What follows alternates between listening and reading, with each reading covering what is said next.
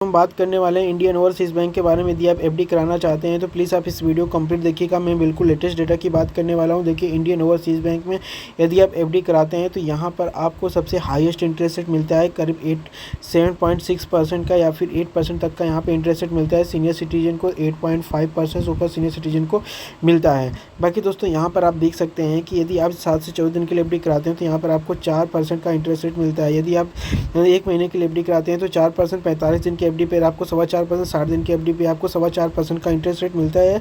180 दिन के लिए एफडी कराते हैं तो आपको 5.5% का इंटरेस्ट रेट मिलता है। 1 साल के लिए एफडी कराते हैं तो यहाँ पर आपको करीब 5.25% तक का इंटरेस्ट रेट मिल जाता है। वहीं पर अगर आप 444 दिन के लिए एफडी कराते हैं, यहाँ पर जैसे 1 से 2 साल के लिए एफडी कराते हैं तो यहाँ पर आपको 6.8% का इंटरेस्ट रेट मिलता है, जिसमें यहाँ पे साफ साफ लिखा है इसमें 444 दिन शामिल नहीं है। 1 साल से 2 साल के, इस चीज़ को ध्यान दीजिएगा, 1 साल से 2 साल के लिए एफडी कराते हैं तो आपको 6.8% का इंटरेस्ट रेट मिलता है, लेकिन इसमें 444 दिन शामिल नहीं है।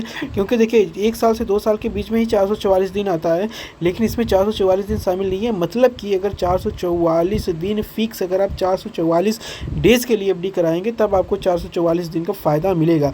और जहाँ पर सबसे हाईएस्ट रिटर्न रेट यहाँ पे इंटरेस्ट रेट है, जैसे कि आप देख सकते हैं 7.3% का सबसे हाईएस्ट इंटरेस्ट रेट है। तो दोस्तों मेरा कंक्लूजन बस इतना सा है कि यदि आप कितने भी दिन के लिए एफडी करा लीजिए या फिर ज़्यादा या कम, अगर आपके पास अगर आप एक अच्छे जगह इन्वेस्टमेंट नहीं कर रहे हैं तो आपको इंटरेस्ट रेट कम मिलेगा। जैसा कि यहाँ पर आप देख सकते हैं 444 दिन के लिए यदि आप एफडी कराते हैं तभी आपको 7.3% का इंटरेस्ट रेट मिलेगा, नहीं तो आपको नहीं मिलेगा। तो दोस्तों इसका आप एक स्क्रीनशॉट ले लीजिए और चले जाइए इंडियन ओवरसीज़ बैंक में, वहाँ पर आप पता कर लीजिए। अगर आपको 444 दिन पे इतना % का इंटरेस्ट रेट मिल रहा है तो 444 दिन में आप एफडी करा दीजिए। बाकी अगर हम एलिजिबिलिटी की बात करें तो कोई बंदा यहाँ पर एफडी करा सकता है, इसमें कोई दिक्कत होने वाली नहीं है। और डॉक्यूमेंट की बात करें तो पैन कार्ड और आधार कार्ड के साथ साथ आपको 2 फोटो लगा करके आप यहाँ पर एफडी करा सकते हैं।